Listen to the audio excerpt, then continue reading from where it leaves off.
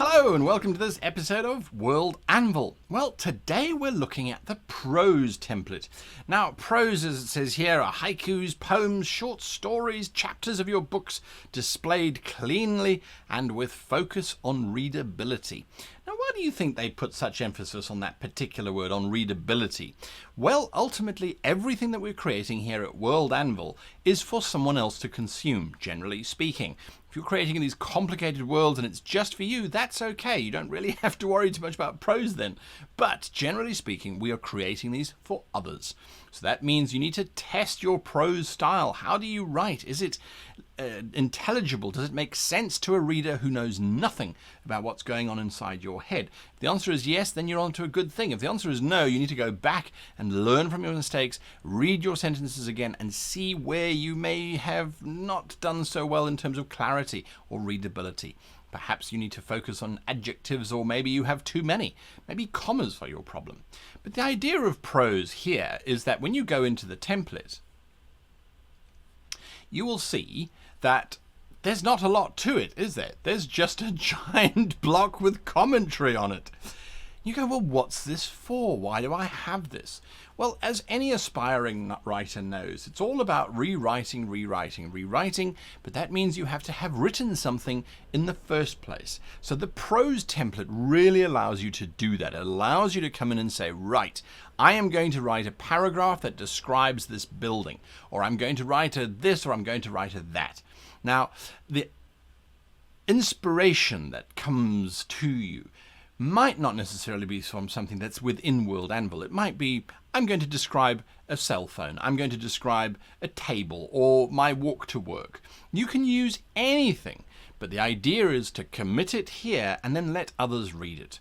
Now, I've compiled a list of things that will maybe inspire you to write, and this is an idea for how you can get your own self into the world that you're creating. How do you get into the headspace of your fantasy world? Well, these are some ideas that I've had, that I have experienced and have participated in and have done myself multiple times and have had others do to great success. So the first one is write a letter as a character in your setting to his or her mother.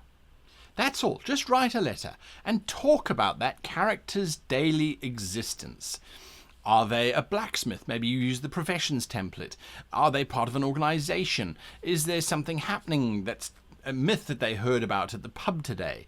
Is there a strange cosmological event that their starship's going to go and investigate? Write a letter to their mother as that character. Look at the details that you put into that letter. Try so that when someone reads that letter, they feel as if they've just picked up a random letter from your setting, and that they get such a sense that this is a real space, this is a real world, so that they go, oh, who wrote this letter? Is it? I don't recognize the name of this town. Is it in Germany? Is it where is this place? I don't know. That's what you're aiming for when you're doing something like that, where you're trying to create as realistic a space as possible. And you'd be surprised as he starts to fill in detail, saying, well, today I walked down into the centre of town and I happened to pass the old mayor's house. Now, you remember the old mayor, of course. He was that jolly old fellow with the big whiskers. He always used to scare me when I was a boy. Well, they're tearing down that house and they're putting in a gigantic multi-storied edifice made out of stone.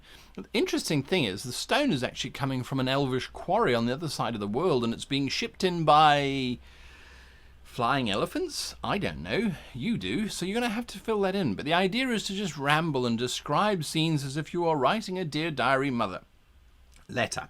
Another option is to write a history lesson for a class that are sitting in front of you, but the history lesson, of course, is about your world. So it's about an event that happened. Take those military conflicts that you've done in the military conflicts template and turn that into a history lesson. Try and make it as interesting as you can, of course, but you need to hit certain facts and you need to be able to answer questions. And then, of course, the last option is tell yourself about a city street in your biggest city. So choose a city in your world and then describe everything that's going on in that street, from the stones and the cobbles to the high-rises to the holographic displays. Describe that street. So it's all about trying to immerse yourself in that space and seeing if you have enough information that a complete stranger can feel as if they were actually there. These are just 3 exercises that I have off the top of my head that you can use to really understand your space. Try and talk about the 5 senses, of course, and then try and change the tone. So in one, maybe have the character who's writing the letter, maybe have them being 18 years old. In the history lesson, perhaps pretend that you're an 80-year-old history teacher, fondly thinking back to the times when you were there and you remember the great general's parade. Those kinds of things. So change it up, test yourself, push yourself, and then get it out there. Even if it's a couple lines, if it's a couple paragraphs, if it's a couple pages, it doesn't matter. The concept is write it, let other people see it and read it, then rewrite it and let those people read it again. See what they think. Is it an improvement or not? That's the only way you will ever improve your writing, is to get feedback from others and to then work on it, rather than to just miss it, throw it over your shoulder and move on. Anyway, the Prose template, so much more than a template for world building. It's about building you as a creator. It's really powerful. Don't avoid it. Until next time, light up the forge.